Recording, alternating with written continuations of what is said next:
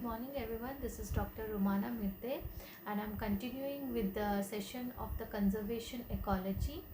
So in the last session we had discussed about what is a soil erosion and what are the types of soil erosion in brief. Let us see in detail what are the types of the soil erosion. First one is a geological erosion, which is also known as a natural erosion. This is because it is caused by the natural agencies such as wind, water, hydrological pressures, etc. This process is very slow in nature and it occurs without any kind of interference of the living organisms, which includes human beings and animals. Whereas in comparison, there is another type of erosion, that is accelerated erosion. This completely involves the activities of human beings and animals, which includes the construction of the buildings, deforestation process, and also overgrazing by the animals.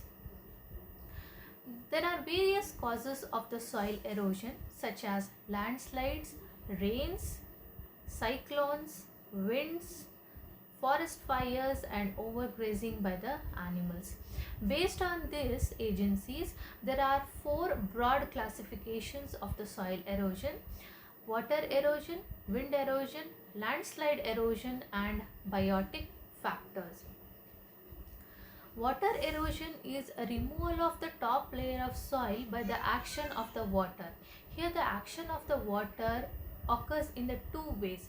One is the vertical action, another one is the horizontal action.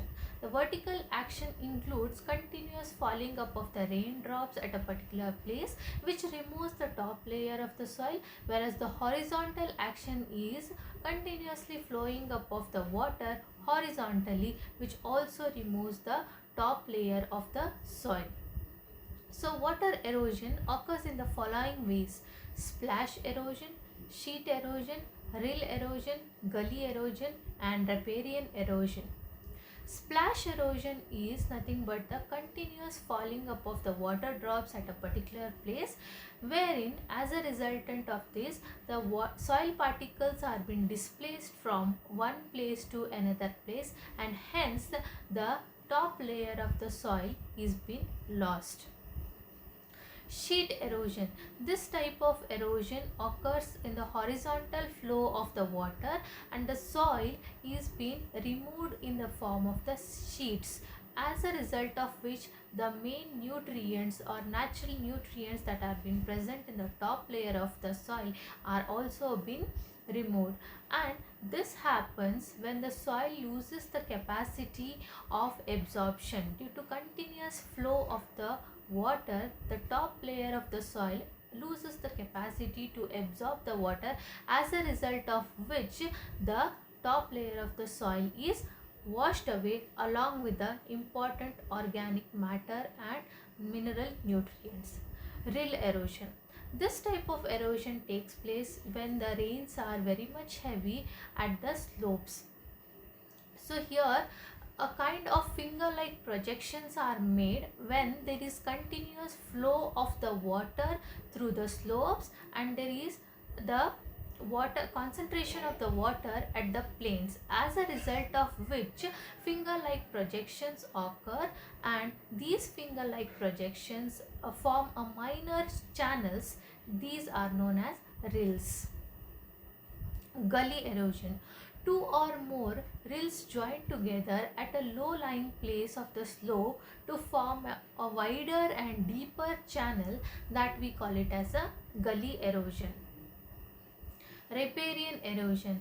This type of erosion takes place at the river beds. Whenever there is a flooding up of the water, the river loses, in the sense it deviates from the natural path and it moves into the surrounding fields, as a result of which the water erodes from the river bank and changes its path. Therefore, as a result of which there is a loss of the top layer of the soil near the stream banks.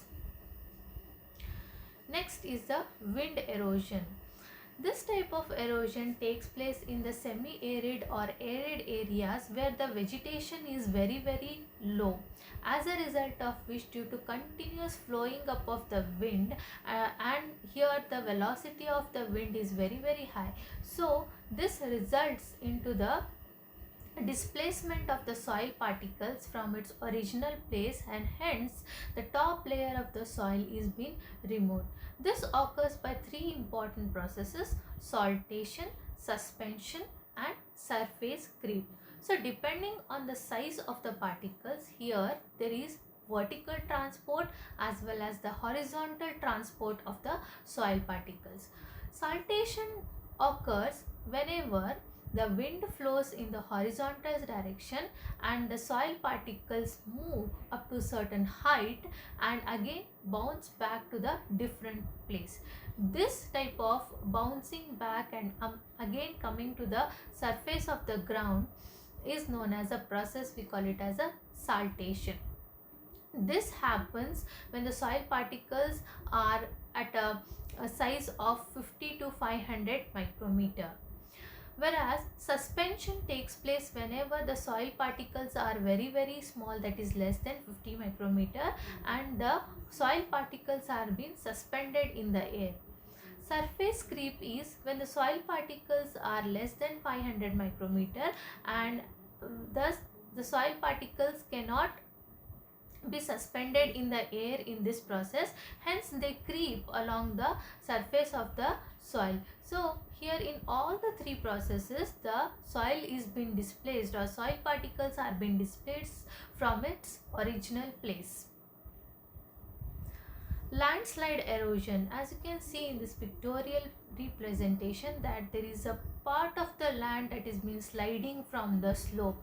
This occurs whenever there is a continuous flow of the rains in the hilly areas, in the mountain areas, and the soil that is present beneath the stones, and the stones which are very loose in nature, they flow along the movement of the water and they get concentrated near the plains, as a result of which these landslides, there is a destruction of huge amount of the that is human life, and it also obstructs the roads that are being present near the slopy areas. Next, the biotic factors that are being responsible for the soil erosion is, one is the foremost, deforestation. Deforestation is the process of removal of the forests or cutting up of the forest by the human beings for the commercial purpose.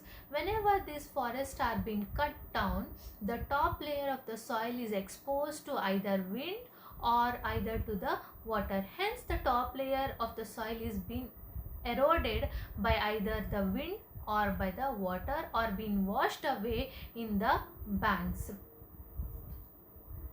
Then overgrazing by the animals. When the animals overgraze or when the animals feed on the vegetation at a particular place continuously, the top layer of the soil is again being exposed to the wind as well as the rainfalls. Shifting cultivation. Now this type of cultivation usually takes place in the slopy or hilly areas when there is a patch of the forest or land of the forest is being selected for the cropping, and that land of the forest is being burnt or cut off for the cropping purpose. Whenever this process takes place, the top layer of the soil is being removed, and as a result of which the soil is again being exposed to the wind and heavy rains. During this process, the soil becomes less arable, in the sense the soil loses all the minerals and nutrients when the part of the land is being burnt for the cropping purpose. Hence during this type of shifting cultivation, slowly the land loses the capacity for the cultivation purpose, because the minerals and nutrients are being continuously exposed to the wind as well as the water, and hence the erosion of the top layer of the soil takes place and resulting into the loss of the top layer of the soil. Now, poor agricultural practices is one of the biotic factors responsible for the soil erosion. Poor agricultural practices includes the what you can say, sometimes farmers they forgot to level the land, and during the time of the sowing, as a result of which what happens, the land which is in the ridges and furrows, the water comes and stands in between the furrows, as a result of which there is loss of the continuous loss of the top layer of the soil. Next, what are the effects of the soil erosion? Soil erosion, the first and foremost effect is loss of arable land. That is, soil erosion removes the top fertile layer of the soil. This layer is always rich in essential minerals and nutrients that are needed for the plant growth. The degraded soil does not support crop production and leads to the low crop productivity. Clogging up of waterways. The agricultural soil contains pesticides, insecticides, fertilizers, and several other chemicals. This pollutes the water bodies where the soil flows, and the sediments accumulate in the water and raise their water levels, resulting into the floods. Air pollution. The dust particles merge in air, resulting in the air pollution, and some of the toxic substances such as pesticides and petroleum can be extremely hazardous when inhaled. Desertification. Soil erosion is a major factor for desertification. It transforms the habitable regions into deserts. Deforestation and destructive use of land worsens the situation. This also leads to the loss of biodiversity, degradation of the soil, and alteration in the ecosystem. Next, destruction of the infrastructure. The accumulation of soil sediments in dams and along the banks can reduce their efficiency. Thus, it affects the infrastructural projects such as dams and drainage systems. Thank you all. In the next session, we'll see the conservation of the soil by the different methods. Thank you once again.